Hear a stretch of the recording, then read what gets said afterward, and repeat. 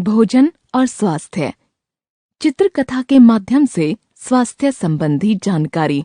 सभी कीटाणु एक दूसरे से। चलो रामू के घर चलते हैं, वहाँ बहुत मजा आएगा। वहाँ कोई भी शरीर की सफाई नहीं रखता, हम आसानी से उन पर हमला बोल सकते हैं। हाँ, मैंने भी देखा है। रामू के हाथ के लंबे नाखून मैल से भरे रहते हैं। उसका भाई भी दांतों की सफाई नहीं करता। उसके मसूड़ों में मेरे कुछ भाई रहते हैं। रामू का बड़ा भाई शौच के बाद हाथ पाँव को ना ही साबुन से साफ करता है और ना ही राख से धोता है। जाओ बच्चों, रामू के घर जाकर बस जाओ और डायरिया, हैजा और मलेरिया जैसी बीमारियां फैलाओ।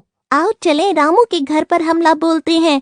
उसके यहाँ बहुत सारा गंदा कूड़ा, रुका हुआ पानी, बहुत सारी गंदगी घर में पड़ी रहती है। हमने बहुत ही अच्छे प्रकार से रामू के घर पर हमला बोला है।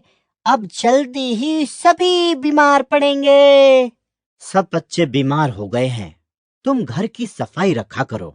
रामू की माँ घर की सफाई करते हुए अपने पति से, आप गांव के प्राथमिक चिकित्सा केंद्र के डॉक्टर से एवं ANM से पता तो करो इन बीमारियों के विषय में।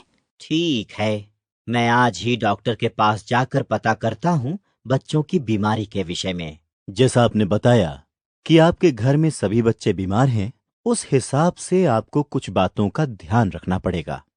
किन बातों का डॉक्टर साहब?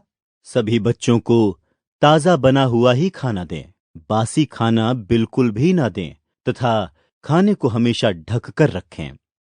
ठीक है डॉक्टर साहब।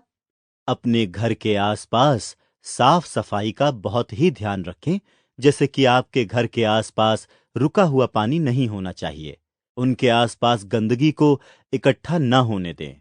क्यों डॉक्टर साहब, इससे बीमारी किस प्रकार हो सकती है? घर के आसपास पानी और गंदगी इकट्ठा होने से उसमें छोटे छोटे कीटाणु उत्पन्न हो जाते हैं, जो हमारे शरीर में पहुंचकर बीमारी पैदा करते हैं।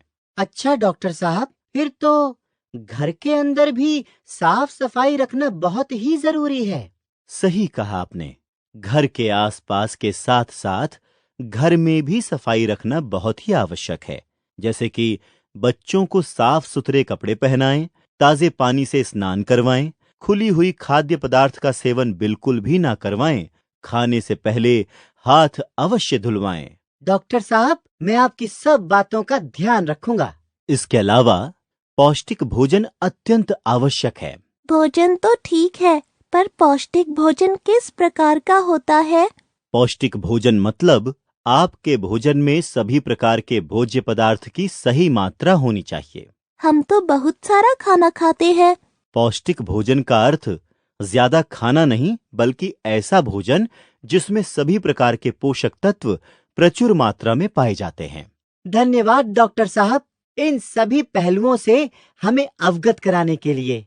मैं आप सभी और अपने परिवार के सभी सदस्यों को भी ध्यान रखने के लिए कहूंगा।